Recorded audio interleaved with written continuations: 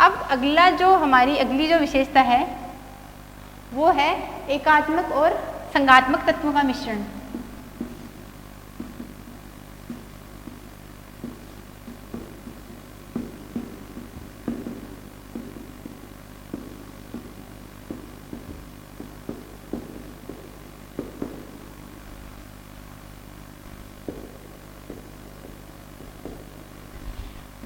एकात्मक और संघात्मक ये दोनों चीज हम समझेंगे। तो बेसिकली एकात्मक यूनिटरी फेडरल सिस्टम।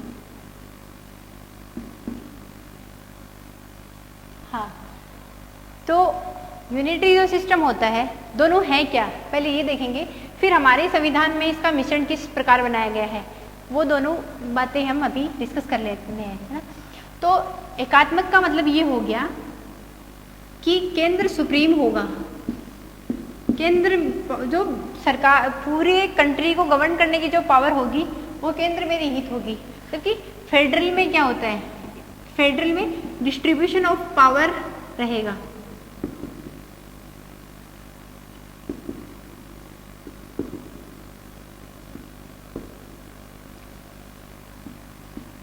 शक्ति का विभाजन, राइट। शक्ति का विभाजन का मतलब ये हो गया कि इसमें जहाँ केंद्र के पास पावर्स होंगी, कुछ पावर्स केंद्र के पास होंगी, कुछ राज्यों के पास होंगी, तो राज्यों और केंद्र में पावर का डिस्ट्रीब्यूशन रहेगा, राइट। इनके एग्जाम्पल हम अभी आगे देखेंगे। वहीं इसमें केंद्र के पास में सुप्रीम पावर होती है, डिसीजन मेकिंग पावर है वो केंद्र के हाथ में होती है। अब हमारा जो कॉन्स्टिट्यूशन है, हमने देखो इसका एग्जाम्पल हम एक ये देख सकते हैं, ये है ना यूके में प्योरली एकात्मक शासन है, जबकि संघात्मक का एग्जाम्पल हम देखें संघात्मक व्यवस्था का तो वो हो सकता है USA, Canada, etcetera etcetera, right. तो हम देखेंगे कि इनका एग्जाम्पल लेते हैं, एग्जाम्पल से ये ठीक से समझ में आ जाएगा। जैसे हमारा जो संविधान है उसमें दोनों का मिश्रण बनाया गया है। दोनों का मिश्रण कैसे, जो आपातकालीन उपबंध है वो एकात्मक विशेषता है,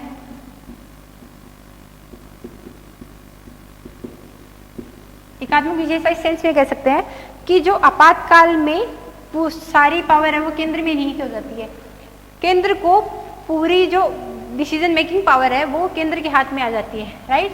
दूसरा एग्जाम्पल जैसे कि यूनिटरी सिंगल सिटीजनशिप, ये भी हमारी विशेषता है, तो ये भी एकात्मक गुण लिए हुए है, राइट। अब हम देखो संघात्मक विशेषताएं देखते हैं हमारी संविधान की। तो संघात्मक विशेषताओं के रूप में हम देख सकते हैं केंद्र और राज्यों को अलग अलग पावर दी गई है। मतलब राज्य भी बहुत सारे मामलों में राज्य भी अपनी खुद डिसीजन लेने की पावर रखते हैं,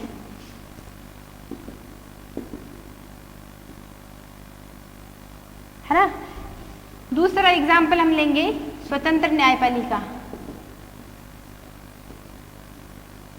इस टाइप से हम देखें तो और जो कंट्रीज हैं जो मतलब या तो एकात्मक है या संघात्मक है, पर हमारे देश ने एकात्मक और संघात्मक दोनों का मिश्रण एक टाइप से अडॉप्ट किया है।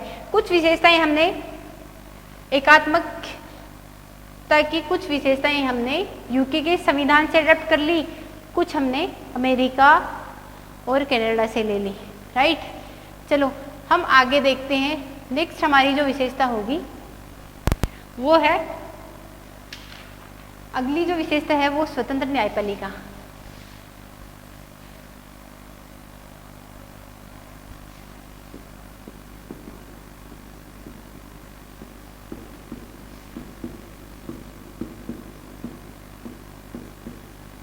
ये प्रोविजन हमने यूएसए के कॉन्स्टिट्यूशन से अडॉप्ट किया है, राइट। स्वतंत्र न्यायपालिका का मतलब ये हो गया, पहली बात तो ये कि हमने हमारा जो संविधान का मॉडल है उसमें कार्यपालिका और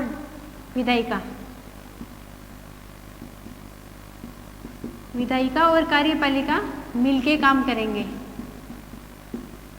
न्यायपालिका को अलग रखा गया है। प्लस इसको सरकार से रिलेटेड जितनी भी गतिविधियां हैं उनसे बिल्कुल सेपरेट रखा गया है। तो इसमें ना स्वतंत्र न्यायपालिका को स्वतंत्र रखने के लिए कुछ प्रोविजंस हमारे संविधान में किए गए हैं ताकि न्यायालय अपने निर्णय लेने में स्वतंत्र रहे, सरकार का किसी भी प्रकार का दबाव न्यायपालिका पे नहीं आए। इसके लिए संविधान में कुछ प्रोविजंस किए गए हैं।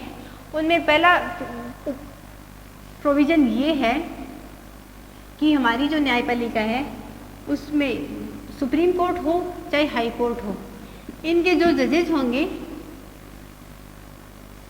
इनके जजेज की नियुक्ति सरकार नहीं करके राष्ट्रपति करेगा। और राष्ट्रपति कैसे करेगा? सरकारी अनुशंसा के आधार पे नहीं, बल्कि एक कॉलेजियम सिस्टम होगा, उसकी रिकमेंडेशन के आधार पे राष्ट्रपति नियुक्ति करेगा। अब जब नियुक्ति राष्ट्रपति के द्वारा कॉलेजियम थ्रू होनी है तो फिर सरकारी दबाव न्यायपालिका पे नहीं आएगा, राइट।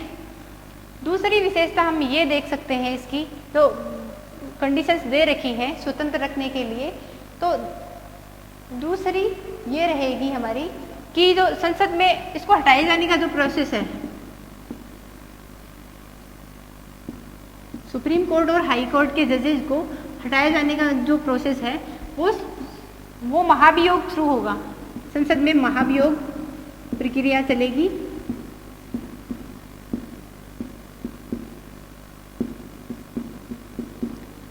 ये एक जटिल प्रक्रिया है, इसको हम आगे देखेंगे, राइट। तो संसद में महाभियोग के थ्रू इसको हटाया जाएगा सुप्रीम कोर्ट और हाई कोर्ट के जजेस को, ना कि सरकार अपनी मर्जी से इनको नहीं हटवा पाएगी, राइट। तीसरी विशेषता, इनको जुडिशियल रिव्यू की पावर दे रखी है, न्यायिक पुनरावलोकन की शक्ति दे रखी है।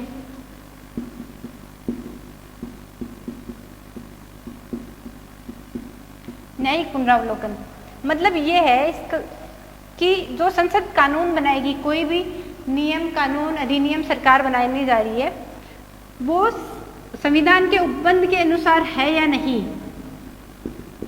राइट। संसद बनाएगी कोई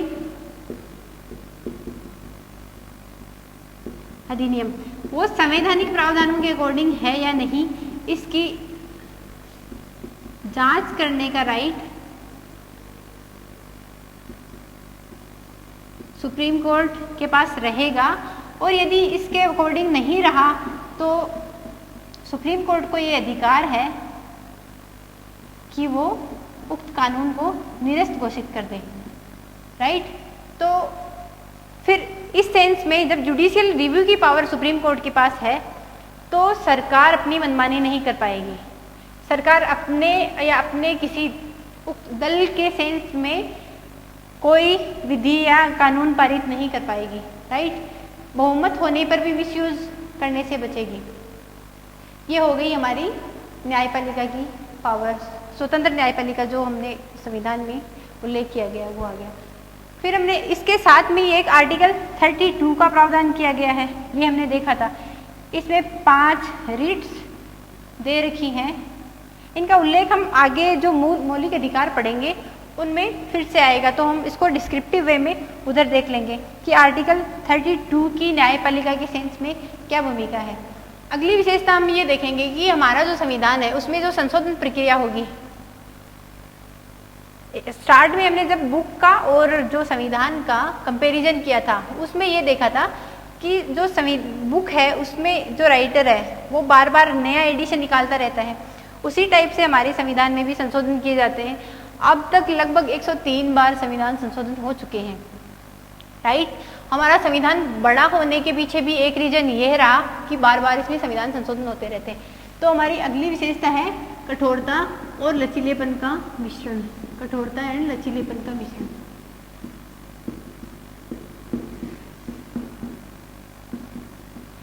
ये जो विशेषता डिफाइन की गई है वो संविधान संशोधन के सेंस में की गई है,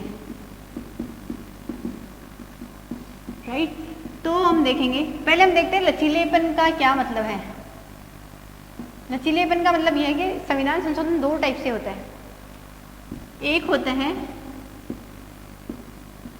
साधारण बहुमत से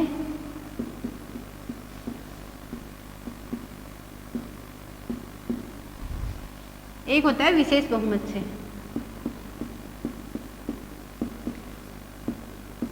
साधारण बहुमत से जो संविधान संशोधन किया जाना है वो एक टाइप से लचीली प्रक्रिया है, क्योंकि इसमें संसद के दोनों सदनों के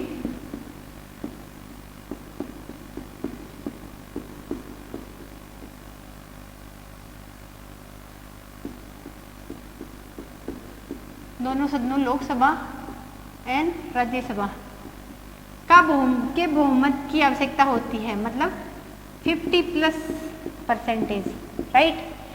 तो नॉर्मल बहुमत होगा, साधारण बहुमत होगा, तो उसकी सहायता से संशोधन किया जा सकता है। एग्जाम्पल हम इसका देखें, साधारण बहुमत किन किन फील्ड्स में किया जा सकता है। तो जैसे कि राज्य पुनर्गठन में,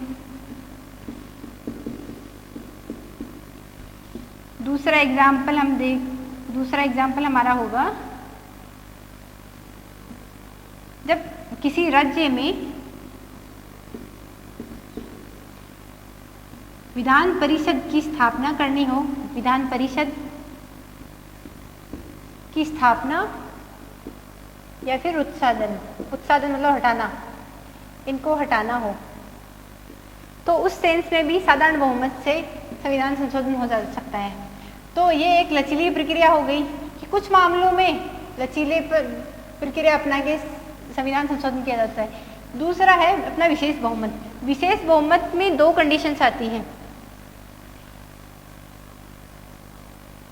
विशेष बहुमत की जो दोनों कंडीशन होंगी वो एक तो ये आर्टिकल 368 के तहत होता है। साधारण बहुमत को इसमें शामिल नहीं करते हैं। आर्टिकल 368 विशेष बहुमत, राइट। इसमें दो कंडीशंस हैं। एक तो ये है कि लोकसभा एंड राज्यसभा का जो साधारण बहुमत वाली कंडीशन है, पूर्ण बहुमत मतलब जो टोटल मेंबर्स हैं उनका बहुमत, है ना, प्लस दूसरी कंडीशन ये रहेगी कि तत्कालीन समय में प्रेजेंट एंड वोटिंग का 2/3 बहुमत की उपस्थित और मतदान करने वालों, ये दोनों कंडीशंस फुलफिल होनी चाहिए। विशेष बहुमत की एक कंडीशन ये है कि एक तो लोकसभा और राज्यसभा दोनों का पूर्ण बहुमत की आवश्यकता है, दोनों में जो कुल सदस्य संख्या है उनके पूर्ण बहुमत की। दूसरा है उपस्थित और मतदान करने वालों के 2/3 बहुमत की, राइट।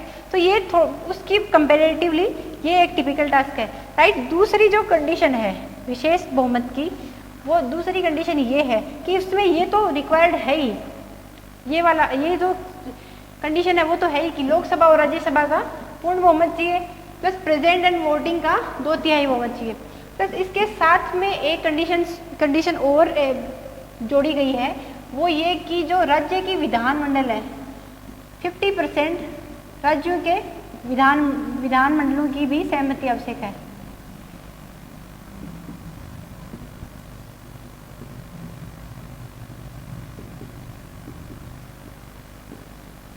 ये आपका भी का एग्जाम्पल देखें तो जीएसटी लंबे समय तक इसीलिए अटका रहा था क्योंकि उसमें ये कंडीशन तो फुलफिल कर पा रही थी गवर्नमेंट, पर ये नहीं हो पा रहा था, राइट, कि विधानमंडलों की 50% सहमति नहीं मिल पा रही थी। इस वजह से जीएसटी अब 2016 में 1 जुलाई को लागू किया गया, 2017, राइट, ठीक है। तो ये हो गया हमारा कठोरता और लचीलेपन का मिश्रण। इस सेंस में हम बोल सकते हैं कि कुछ मामलों में हमारा संविधान संशोधन बहुत लचीला है, हम फ्रीक्वेंटली चेंज कर पाते हैं, वहीं कुछ मामलों में ये एक कठोर प्रक्रिया है, ठीक है। अगला हम देखते हैं, अगली हमारी जो विशेषता है वो है कि न्यायिक पुनरावलोकन की पावर, न्यायिक पुनरावलोकन और संसदीय सर्वोच्चता।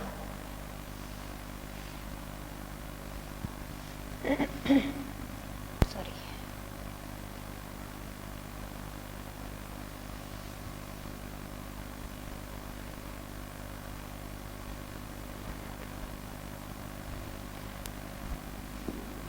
अगला जो कॉन्स्टिट्यूशन का फीचर है वो है न्यायिक पुनरावलोकन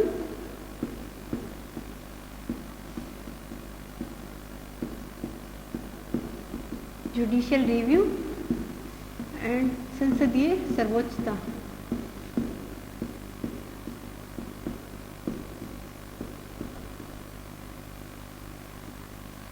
हमने यूके की कॉन्स्टिट्यूशन से अडॉप्ट किया है, ये हमने यूएसए के संविधान से लिया है, राइट। तो देखो पहले हम ये समझते हैं न्यायिक पुनरावलोकन क्या है, सॉरी संसदीय सर्वोच्चता। संसदीय सर्वोच्चता का मतलब हो गया कि संसद को राष्ट्रहित में किसी भी मुद्दे पे कानून बनाने का अधिकार होगा, अधिनियम वो पारित कर सकेगी, राइट। अब इसी सेंस में अब यदि संसद को कानून बनाने का अधिकार तो दे दिया, पर ये अधिकार यदि असीमित हो मीन्स इस पे कोई बाउंडेशन नहीं हो, तो ये अराजकता उत्पन्न करेगी। फिर जब बहुमत की सरकार होगी तो वो ये अपने लोगों के लिए, अपनी पार्टी, अपने दल के लिए कार्य करना स्टार्ट कर देगी, और एक टाइप से ये जो संसदीय सर्वोच्चता की जो पावर है इसका मिसयूज होगा, राइट। तो इसको कंट्रोल करने के लिए हमारे संविधान में जुडिशियल रिव्यू की जो पावर है सुप्रीम कोर्ट को दी गई है। तो सुप्रीम कोर्ट इसमें क्या करेगा, संसद ने जो नियम, कोई भी अधिनियम या नियम पारित किया है, कोई नियम बनाया है, तो उसका रिव्यू करेगा सुप्रीम कोर्ट रिव्यू करेगा अपनी न्यायिक पुनरावलोकन की शक्ति के तहत रिव्यू करेगा, और जब समीक्षा करने के बाद में जब ये पाया गया कि जो नियम बनाया गया है वो संवैधानिक प्रावधानों के अकॉर्डिंग नहीं है, तो सुप्रीम कोर्ट को ये पावर होगी कि वो उस नियम को निरस्त घोषित कर सके। कोई नियम है जो संसद के द्वारा बनाया गया है और वो संवैधानिक प्रावधानों के अकॉर्डिंग है या नहीं, ये इसकी समीक्षा करने की पावर हमारे सुप्रीम कोर्ट को दी गई है। अब यदि सुप्रीम कोर्ट किसी नियम की जांच करता है, वो संवैधानिक प्रावधानों के अकॉर्डिंग नहीं है, तो उसको निरस्त करने की पावर सुप्रीम कोर्ट को दी गई है, राइट। तो इस टाइप से ये एक बैलेंस स्थापित करने के, गवर्नेंस में एक बैलेंस लाने के लिए संविधान में ये विशेषता जोड़ी गई है, हमारे संविधान में प्रावधान किए गए, राइट। अब अगली जो विशेषता होगी वो होगी हमारे जब संविधान में जो इंडिया को विश्व शांति का समर्थक बताया गया है, विश्व शांति का समर्थक। अगली विशेषता है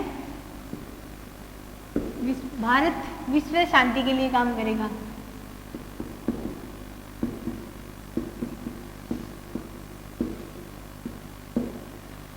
देखो हमारा जो संविधान है उसके आर्टिकल जो डीपीएसपी में हमने पढ़ा था, डीपीएसपी है आर्टिकल 36 to 51। तो आर्टिकल 51 में वैश्विक शांति को बढ़ावा देने के लिए भारत कार्य करेगा, इस प्रोविजन को डाला गया है, ये तो है ही। प्लस इसके साथ में ही वैश्विक स्तर पे हम इंडिया ने पंचशील समझौते पे हस्ताक्षर किए हैं। पंचशील समझौते में बेसिकली 5 कंडीशंस दे रखी हैं, वो ये हैं कि वैश्विक शांति के लिए कार्य करेगा इंडिया, अपनी जो कंट्री की जो भूमि होगी, अपने कंट्री की जो भूमि होगी, वो कोई भी पड़ोसी देश है उनके विरुद्ध काम करने में हेल्प नहीं करेगी, राइट। पंचशील समझौता हो गया।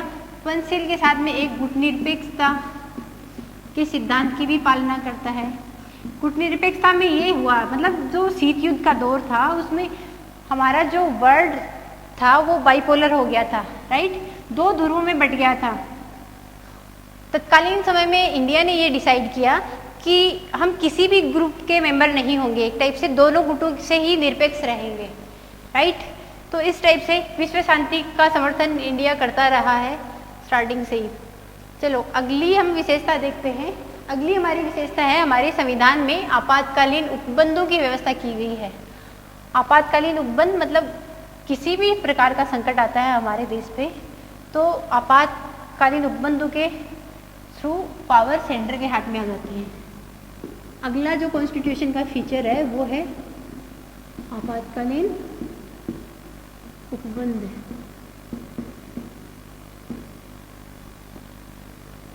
राइट, हमारे संविधान में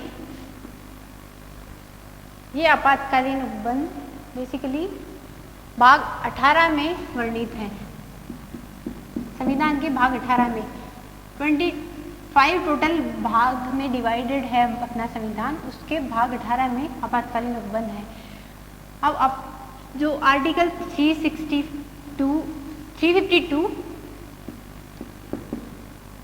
356 और 360, बेसिकली इन 3 आर्टिकल्स में हमारा राष्ट्रीय आपात, राज्य आपात और वित्तीय आपात की घोषणा की गई है, राइट। तो जो राष्ट्रपति शासन की जो बात करी, राष्ट्रीय आपात की जो बात कही गई है वो है बेसिकली इसमें आर्टिकल 352 में, राइट। ये राष्ट्रीय आपात 3 कंडीशंस में लगाया जा सकता है, बाह्य आक्रमण, सशस्त्र विद्रोह है और तीसरी कंडीशन है सशस्त्र विद्रोह है। युद्ध की स्थिति में राष्ट्रीय आपात लगाया जा सकता है, राइट। अब हम अगला देखते हैं दूसरा आर्टिकल 356 के तहत। आर्टिकल 356 के तहत हमारे संविधान में राज्यों में आपात की व्यवस्था की गई है।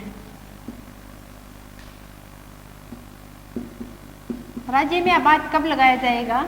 जब राज्य का संवैधानिक तंत्र फेल हो जाए, मतलब राज्य अपनी गवर्नेंस प्रॉपरली गवर्न करने में विफल हो।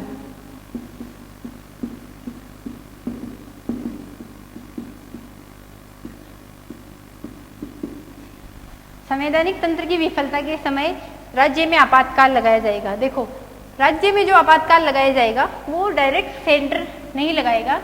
सेंटर का जो प्रतिनिधि होता है हमारे राज्यों में, राज्यपाल, वो सरकार को रिकमेंडेशन देगा कि किसी उक्त राज्य की सरकार अपना संविधान के प्रावधानों के अकॉर्डिंग गवर्न करने में सफल नहीं है, तो राज्य आपात लगा दिया जाए। इसी को राष्ट्रपति शासन भी बोला जाता है, राष्ट्रपति शासन, राइट। और तीसरा है वित्तीय आपात।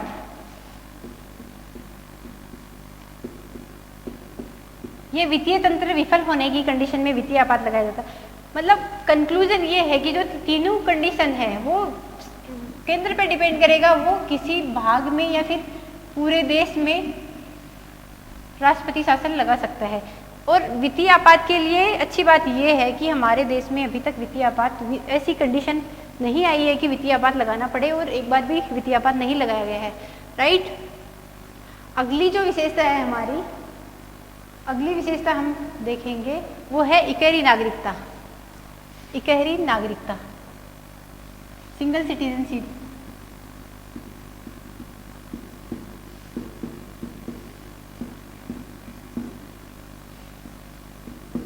इकहरी नागरिकता, नागरिकता का प्रावधान बेसिकली संविधान के